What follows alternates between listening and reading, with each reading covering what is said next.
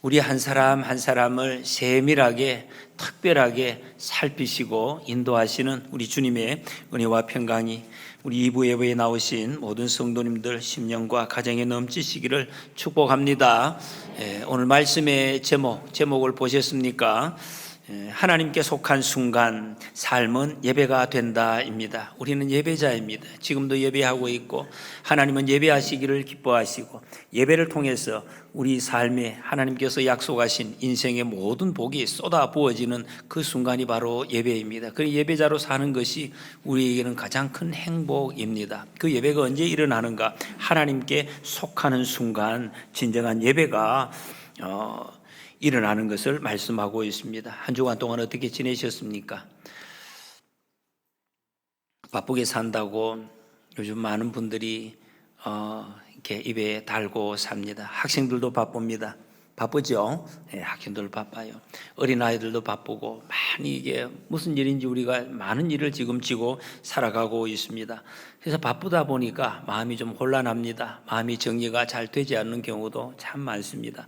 혼란하고 바쁘고 참 정신이 없는 이런 상황 가운데서 근데 하나님께서는 우리의 삶을 인도하십니다. 인도하신다. 아무리 혼란하고 아무리 바빠도 우리의 삶 한가운데서 우리의 삶을 이끌어가고 계시고 바라보고 계시고 지키시고 계신다고 하나님이 말씀하고 있습니다.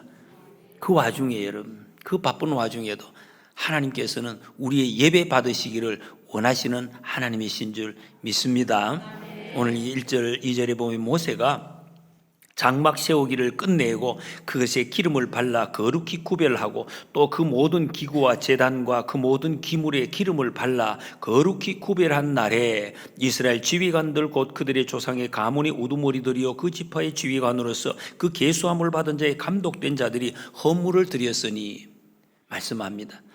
성막 짓기를 다 마쳤다 그래요. 사실은 이거 벌써 끝났습니다. 성경의 순서로 보면은 출애굽기 40장 17절에 그때에 이미 성막이 다 완성되었습니다. 그 이후에 민수기 지금 1장에서 6장까지 쭉 또 기록이 있었습니다. 어떤 일이 있었습니까? 민수기 1장부터 지금 6장까지 이스라엘 백성을 계수하는 일이 있었습니다. 그리고 군대에 진 편성이 있었습니다.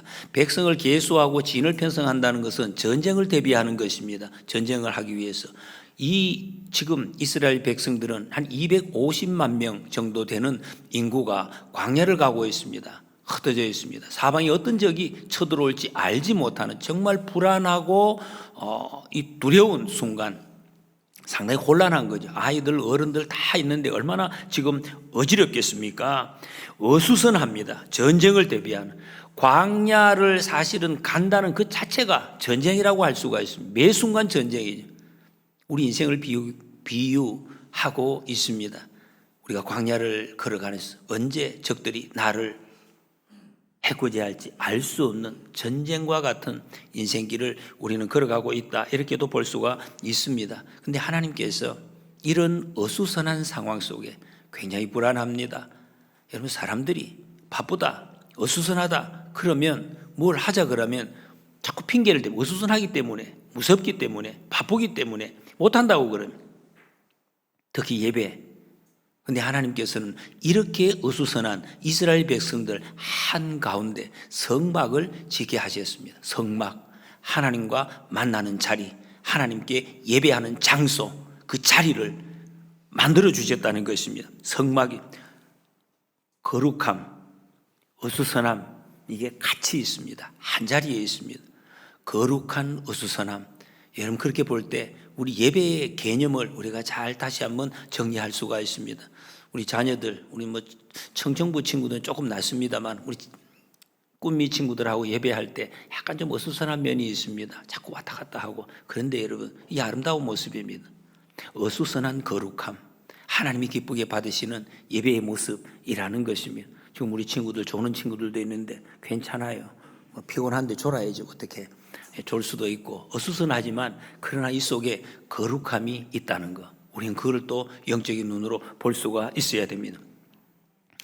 그 다음에 이 진편성만 한 것이 아니라 이스라엘 백성들이 6장까지 성막을 섬길 사람들을 세우고 그리고 정결을 하는 하게 하는 그런 일을 했습니다. 이 모든 일을 끝내고 한 일이 기름을 발랐다는 것입니다. 여러분, 성경에 기름 바르는 것은 굉장히 중요합니다. 사실은 성경에만 나오는 게 아니에요. 이게 어떻게 보면 지금의 모든 세상의 일상 가운데서도 이 비슷한 원리가 다 적용이 되고 있습니다. 사람들이 여러분, 여기 조금 표현이 약간 좀 그렇습니다만은 침 발랐다 이렇게 하는 표현하는 게 있죠. 여러분, 이 친구 침 발랐다. 그래요. 이 발라놓으면은 다른 사람은 이제 못 가져갑니다. 이 내 거라. 여기 내가 쓰지 않고 있어도 이건 내 거다 하는 표시, 그것처럼 여기 좀 비슷합니다. 의미가 하나님께서 기름을 발랐다 하는, 하나님께 속했다, 하나님의 것이 되었다 하는 표시가 바로 기름을 발랐다 하는 뜻입니다. 이 히브리어로 마샤크라는 구별, 그래서 우리가 흔히 듣는 말로 구별되었다 하는, 내 것이다, 하나님의 것으로 구별되었다 하는, 그게 기름 발랐다 하는 뜻입니다. 하나님의 소유가 되었다. 이게 성막, 기구, 제단, 기름 바르기 전에는 그냥 물건입니다. 세상에 하나도 없는 게 아니에요. 여러 있고, 꽃도 있고 나무도 있고 피아노도 있고 많이 있어요. 그런데 기름 발랐다. 거룩한 것이 된 것입니다. 이 꽃이 거룩한 꽃이 된 거예요. 이 강단이 거룩한 단이 되었다. 마이크도 마찬가지입니다. 하나님의 것으로 쓰임 받는 그 이제 기물이 되었다, 그런 말씀입니다. 하나님의 것이 되었다. 이게 바로 영적인 원리입니다. 이게 무슨 말씀입니까? 우리가 그런 사람이라는, 성령이, 신약 시대에 성령이 오신 것은 성령의 기름 부음을 받은 사람, 세례 받은 사람들입니다. 우리가. 그러니까 성도가 기름 부음 받은 사람, 하나님의 백성이 된 사람, 우리에게 성령이 오신 것은 우리는 하나님의 것으로 구별된 사람이다 하는 뜻입니다. 할렐루야. 여러분, 우리가 누군지를 먼저 아셔야 됩니다. 그럴 때에 예배가 시작이 되는 것입니다. 우리가 하나님께 어떤 것을 드리기 전에 하나님께 속한 사람이라는 것을 확인해야 된다는 것입니다. 그래야 예물을 드릴 수가 있습니다. 물건을 드리는 것이 아니라 진정한 예물. 그 예물이 어떻게 됩니까? 우리의 마음에 있는 물건도 되지만은 나 자신을 하나님 앞에 드리는 살아있는 예물로, 제물로 드릴 수가 있게 되는 것입니다. 그래서 나는 주님의 것입니다. 이 확인하는 것이 너무너무 중요합니다. 여러분, 내가 하나님의 것인 것을, 내가 구별된 거룩한 하나님의 사람인 것을 알게 되면 드리는 것이 기쁩니다. 여러분, 이 교회에서 자꾸 그런 이야기, 무슨 헌금하고 드리는 거 하면 왜 바치라 하나, 이런 그 이야기를 하는 사람들이 있는데, 그런 이 원리를 전혀 몰라서 그렇습니다. 사실은 몰라서 이 원리를, 우리 인생의 원리를, 삶의 원리를, 영적인 원리를 여러분 하나님 앞에 드릴 수 있다는 것, 이보다 더 기쁜 일이 이 세상에 없습니다. 누가 하나님께 여러분 드릴 수가 있겠습니까? 하나님이 주신 것인 줄 알고 기쁨으로 드릴 수 있는 것은 우리 인생의 최고의 행복이요, 축복인 줄 믿습니다. 구별했다는 것입니다. 구별했다. 여러분, 구별했어요. 거룩하게 기름을 발라서 구별했는데 이 자리가 백성들 한가운데 있습니다. 어수선한 백성들, 그 한가운데 이 거룩하게 구별된 성막이 있다는 것입니다. 완전히 구별되었는데 같이 있습니다. 함께 있는데 달라요. 본질이 다른 것입니다. 이게 바로 성막, 이스라엘 백성들의 모습입니다. 예수님이 이 땅에 오신 것과 똑같습니다.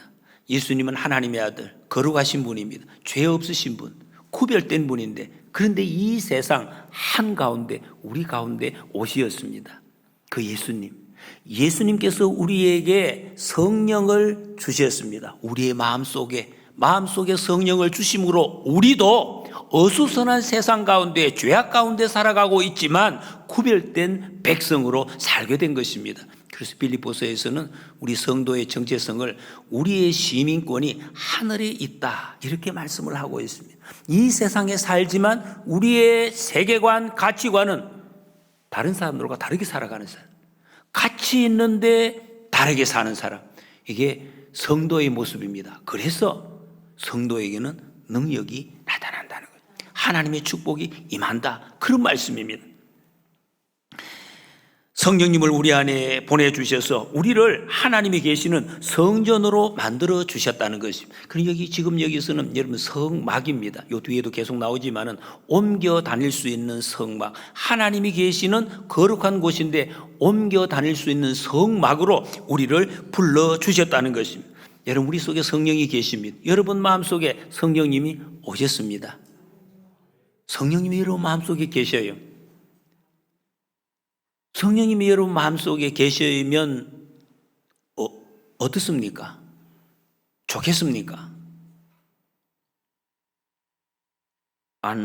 나처럼 부족하고 어제도 넘어지고 또 죄짓고 또 제대로 하지도 못하는데 성령님 내 속에 오셔서 이거 어떻게 가능할까? 내가 어떻게 성령님 모시고 사는, 그냥 뭐 성령님 저 밖에 계시고 저는 가끔씩 이렇게 교회 왔다가 한번 구경하고 가고 여기 좀 편하지 않겠나? 혹시 그런 생각이 드십니까? 그런 생각이 드십니까? 드시는 분이 계실 수가 있어요. 사탄이 주는 마음입니다. 사탄이 그런 마음 주는 거예요. 성령님께서, 예수 그리스도께서 이 땅에 하나님께서 보내주시고 오셨고 그 예수님이 가시면서 성령님을 우리에게 분명히 주셨는데 아니야, 너 성령님 모실 너는 상황도 안 돼, 너는 부족해, 능력 없어, 이 마음을 넣어주는 것. 들어와 계시는데 없는 것처럼 자꾸 생각해요. 그게 뭡니까? 사탄이 그렇게 하는 거예요. 하나님과 우리의 거리를 자꾸 떼어놓으려고 하는 것, 그게 사탄의 음성. 여러분, 사탄의 사악한 음성에 속지 마시기 바랍니다. 성령님이 우리 속에 완전한 구원을 이루셨습니다. 하나님은 예수님 보내시고 예수님을 통해서 성령을 우리에게 주셔서 우리를 완전한 하나님의 사람으로 만들어 주신 줄 믿으시기 바랍니다. 완전한 사람으로, 완전한 구원을, 우리 죄를 깨끗이 용서하시고 우리를 죄에서, 아픔에서, 모든 사슬에서 자유하게 해 주셨다, 분명히 약속을 하셨습니다. 그런데 왜 나는 이렇게 살지요? 왜 완전한 구원을 이루셨는데 우리가 또 죄를 짓고 또 넘어지고 또 아파하고 또 슬퍼하고 왜 괴로워하는 삶을 살아가고 있느냐 하는 것입니다. 이 세상에 살기 때문에 그렇습니다. 여러분, 우리가 하나님 모시고 살면은 다른 게 있어요. 계속 그대로 가지 않아요. 점점 더 성령님이 인도하시는 방향으로 한 걸음씩 한 걸음씩 나아가게 되는 것입니다. 이웃을 미워하고 원망하고 판단하고 무시하는 것, 이게 괴롭습니다. 괴로운 거예요. 괴로워서 계속해서 할 수가 없어져요. 주님께서 계속 이끌어 가십니다. 하나님이 싫어하시는 것을 알면서도 아무렇지도 않게 더러운 일을 계속하는 것을 할 수가 없습니다. 그것을 못하게 하시는, 그게 성령님이십니다. 그럼 어떤 사람들은 그러면 나 이제 내 마음대로 할 수 없는 거야, 이거 성령님 그냥 붙잡혀가지고 가야 되는 거야? 나 이 세상에 좀 내 마음대로 해야 될 게 많은데, 내 마음대로 갈 때도 많은데 어떻게 내가 막 묶여가지고 어떻게 가나, 그런 생각을 할 수도 있습니다. 그런데 그런 것은 아닙니다. 여러분, 이 사실을 우리가 알면은 그게 아니에요. 진정한 자유를 누릴 수가 있습니다.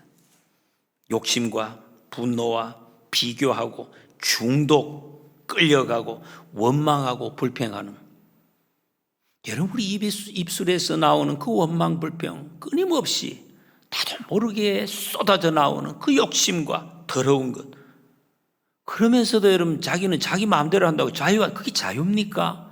종이지요, 여러분. 그 어둠의 사슬에 끌려가는 그게 종이지. 눈치 보면서 어떻게 하는 거, 그게 어떻게 자유입니까? 그게 아니라는 것입니다. 죄에 끌려가지 않는 자유, 생명을 마음껏 누리는 자유, 사람을 살려주는 자유, 이 자유를 성령님께서 우리로 하여금 누리게 하신다는 것입니다. 거룩한 것을 행하는 자유를. 그래서 여러분, 우리는 우리 찬송대로 빛 가운데로 걸어갈 수 있어요. 빛 가운데로 걸어가는 사람은 당당합니다.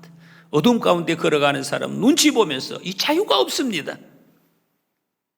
다른 사람을 살리고 세우는 삶을 살 수가 있다는 것입니다. 그래도 여전히 넘어집니다. 눈물이 나요. 힘들 때가 있습니다. 유혹이 옵니다. 흔들릴 때도 있습니다. 그러나 이제는 그 유혹에, 나의 부족함에 붙잡히지는 않습니다. 그때마다, 넘어질 때마다 주님 앞에 돌이키고 하나님 앞에 우리가 내어놓는 것입니다. 아버지 앞에 고백하면 주님 용서하십니다. 우리를 이끌어 주시고 구원해 주시고 다시 새 힘을 주시고 지켜주시고 인도해 주시겠다는 성령님의 약속입니다. 하나님 우리에게 그렇게 약속을 해주셨습니다. 회복을 주십니다. 일어날 힘을 주십니다. 그래서 우리는 다시 정리하면 하나님의 백성인 우리는 완벽한 사람이 아니에요. 완전한 사람이 아닙니다. 다시 일어서는 사람, 다시 일어섬을 받는 사람, 이 사람이 바로 성도라는 것이요. 이렇게 구별된 성막에서 예물을 드립니다.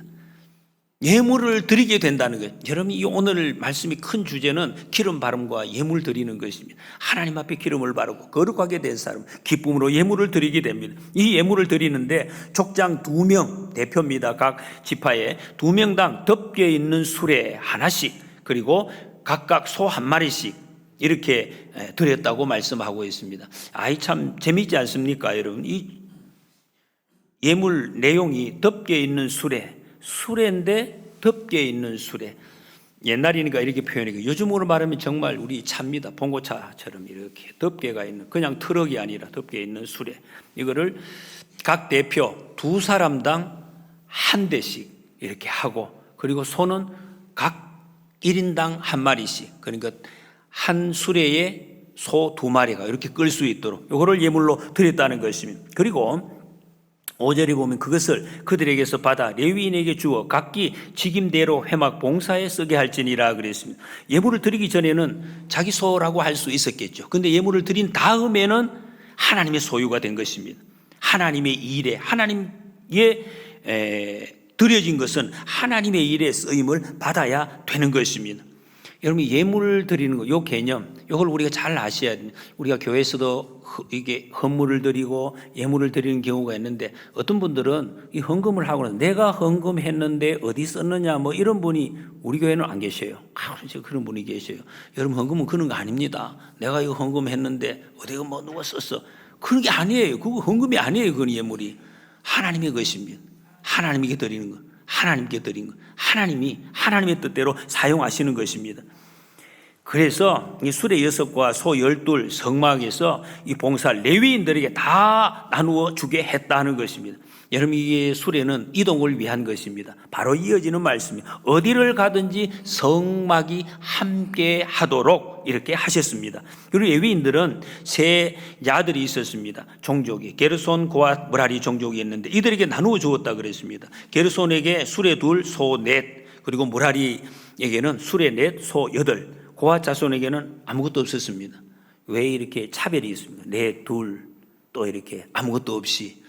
어떻게 보면 사람을 이렇게 차별하나, 더 뭐 괜찮아 보여서 많이 주나, 그런 것은 아닙니다. 이게 불공평한 것이 아니라 고앗 자손은 이미 앞에서 우리가 말씀을 다 읽어왔습니다. 이 말씀을 잘 알 수 있도록 고앗 자손에게 맡겨진 직임이 등대, 향단, 떡상, 아주 지성소에 있는 것들, 성소, 지성소 안에 있는 기물, 어깨로 메고 옮겨야 할 것들입니다. 이 수레에 실을 수 없는 것들, 그렇기 때문에 수레가 필요 없습니다. 그것이 안 준 것입니다. 또 게르손 자손에게는 휘장, 앙장, 덮개 이런 것을 맡겨주셨습니다. 그러니까 이 무겁기 때문에 수레가 필요합니다. 더군다나 므라리 자손에게는 말뚝, 널판, 기둥들 크고 아주 무겁고 이런 것들, 그러니까 수레가 더 필요한 것입니다. 그래서 더 많은 수레를 배정을 했던 것입니다.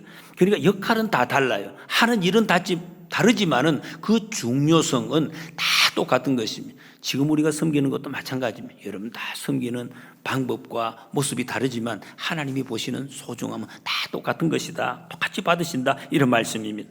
11절에 보니까 여호와께서 모세에게 이르시기를 지휘관들은 하루 한 사람씩 제단에 봉헌물을 드릴지니라 하셨더라. 그래서 여기부터 83절까지 굉장히 긴 내용이 나옵니다. 근데 긴 내용인데 너무 똑같은 것이 반복이 돼요. 왜 성경에 이런 말씀이 있을까? 똑같은 내용이 길게 계속 반복이 되는, 이거 기록하는 분이 좀 지혜롭지 못하게 이게 왜 12번이나 지금 기록하고 있습니다. 여기 보면 여러분 12명의 족장인데 하루에 한 명씩 드린 예물의 내용과 방법이 똑같습니다. 똑같은 거를 12번이 똑같이 기록을 하고 있습니다. 반복을 하고 있습니다. 우리가 읽으면, 여러분 이걸 갖다 오늘 안 읽었는데 읽으면 왜 이렇게 반복을, 똑같은 걸 또 반복하나, 아마 이런 생각이 들 수가 있습니다. 그런데 다시 한번 보십시오, 여러분. 왜 하나님께서 이렇게 반복해서 똑같이 적으셨을까? 제가 초등학교 다닐 때만 해도, 우리 국민학교 때, 요즘은 학교에서 어떻게 하는지 모르겠어요. 시상식 할 때 있어요. 전교 학생들 다 모아놓고 시상식을 하면 똑같은 상을 어떤 뭐 우등상이나 이런 걸 줄 때 교장 선생님 나오면 그 부장님이 읽잖아요. 제일 첫 번째 상 받는 학생 이름을 딱 불려요. 누구누구, 그리고 그 위에 뭐 쭈쭈쭈쭈 하고 다 읽어요. 근데 두 번째 학생부터는 안 읽습니다. 이름, 이규정하고 이하동문, 다 이하동문 읽지를 않아요. 똑같은 상이에요. 똑같은 상인데 봤는데 느낌이 똑같지 않아. 이게 그렇지 않아요. 이게 그런 거예요. 여러분, 하나님께서는 그렇게 하지 않으신다. 뭉텅거려서 같은 상이니까 가져가, 그렇게 하지 않습니다. 절대로 안 같습니다. 하나님 그거 같게 보지 않습니다. 똑같은 내용이라도 개수가 똑같아도 똑같지 않게 보신다. 그런 말, 한 사람 한 사람을 소중하게 보십니다. 여러분, 오늘 11시 예배를 드리고 계시잖아요. 예배 드려서 아이고 동대천 교회 다 예배 드렸네, 이렇게 안 보십니다. 한 사람 한 사람, 한 사람 한 사람을 다 보신다. 그대로 받으신다는 것입니다. 다 기억을 하시겠다. 그 하나하나를 그대로 기억을 하겠다, 이런 말씀입니다. 그리고 거기다가 영원한 기록으로, 지금 1500년이 지났는데 이 기록이 지금도 우리가 읽고 있습니다. 여러분, 이 원리가 우리에게도 똑같습니다. 다 기록이 돼요. 느헤미야 2장에서 4장에 보면은 예루살렘 성전을 재건할 때 성전 재건에 힘쓴 사람 이름 다 나와요. 참여하지 않은 사람 이름도 나옵니다. 그 성전을 방해한 사람들 이름도 나옵니다. 이름 다 적어놨어요. 여러분, 우리가 주님의 나라를 위해서, 주의 영광을 위해서 섬긴 것, 모든 수고 똑같습니다. 여러분, 혹시 교회 섬기면서 야, 이거 내가 하는 거 누가 보나? 걱정하지 마시기 바랍니다. 하나님이 다 기억하시고 일일이 세밀한 거 다 보시고 기록을 해놓으신다고 말씀하고 있습니다. 여러분, 우리가 조만간에 주님 앞에 섰을 때, 주님이 또 오시면 여러분, 이 기록된 것이 우리가 다 보게 될 것입니다. 나는 잊어버려도 주님이 다 기억하시고 나 섬긴 것, 우리가 한 것, 하지 않는 것 다 기록된 것을 우리는 확인하게 될 것입니다. 이 예물에, 그리고 무엇보다도 지파에 우열이 없어요. 지파가 여러분 사람들이 다 다르잖아요. 성향도 다르고. 근데 똑같아요. 모든 지파가, 이 12지파가 이 상징적인 의미가 있습니다. 이 지파가 나중에 지파가 시간이 갈수록 막 달라집니다. 우열이 생겨요. 지파 간에 막 지파 간에 싸우기도 합니다. 그런데 이 지파가 어떻게 12지파가 동일한 하나님을 섬기고 하나님의 일을 할 수가 있는가? 이들이 정말로 연합할 수 있는 길 딱 한 가지라는 거예요. 한가운데 있는 바로 성막이었습니다. 성막을 통해서만 연합할 수가 있다는 것입니다. 나 기질이 맞아서 저 사람하고는 내가 할 수 있겠어, 코드가 맞아서, 이해관계가 맞아서 그렇게 연합하는 것이 아닙니다. 실제로 이렇게 연합해서 오래 가는 경우도 잘 없습니다만은, 여러분, 우리의 사람의 연합은 그리스도 안에서 내가 굴복하기 때문에, 주님을 예배하기 때문에 연합이 이루어지는 거예요. 그래서 성막 중심, 하나님 중심입니다. 여러분, 이것은 모든 원리에 다 포함됩니다. 우리 가정 마찬가지입니다. 교회도 마찬가지입니다. 예배자가 될 때 내가 옛사람 예배 안 하네, 이럴 필요 없습니다. 내가 예배자가 되면 가정이 하나가 되고 모든 사람이 하나님을 예배하는 예배자로 세워지도록 하나님이 인도하시겠다, 한 방향으로 이끌림을 받습니다. 그게 화목이 있고 승리의 역사가 일어나는 줄 믿으시기 바랍니다. 이 84절에서 88절에 보면 이때 드려진 예물에 또 합계가 나와 있습니다. 다 구체적으로 기록했는데 합계까지 나와 있습니다. 이것도 마찬가지 아닙니까? 12명이 동일한 예물을 드렸더라 이러면 되는데 그렇지 않아요. 합계를 그대로 적고 있습니다. 굳이 합산을, 이 이유도 마찬가지입니다. 하나님께서 이 모든 것을 하나씩 다 소중하게 기쁘게 연락하셨다 하는 의미입니다. 하나님 다 기억하신다는 것이. 여러분, 우리 하나님께서는 어느 한 사람의 예물도 소홀히 여기지 않고 모두를 받으십니다. 기억하시고 갚아주시는 것입니다. 89절 말씀, 89절 말씀을 다 같이 우리 한 목소리 읽어보시겠습니다. 시작. 모세가 회막에 들어가서 여호와께 말하려 할 때에 증거궤 위 속죄소 위에 두 그룹 사이에서 자기에게 말씀하시는 목소리를 들었으니 여호와께서 그에게 말씀하심이었더라. 아멘. 여러분이 보세요. 다 드리고 나서 하나님께서 모세가 성전에 최지성소에 들어갔는데 거기서 만나 주셨다 말씀하고 있습니다. 그리고 친히 말씀을 하십니다. 이스라엘 백성들이 예물에 흡족하게 하나님이 받으셨다는 증거를 보여주십니다. 친구를 만나서 대화하듯이 하나님이 대화해 주셨습니다. 여러분, 이게 가장 귀하고 가장 복된 것 아닙니까? 여러분, 우리가 예배할 때 하나님께서 내게 속삭여 주시고 말씀해 주시면 이보다 더 큰 복이, 만족이 어디 있겠습니까?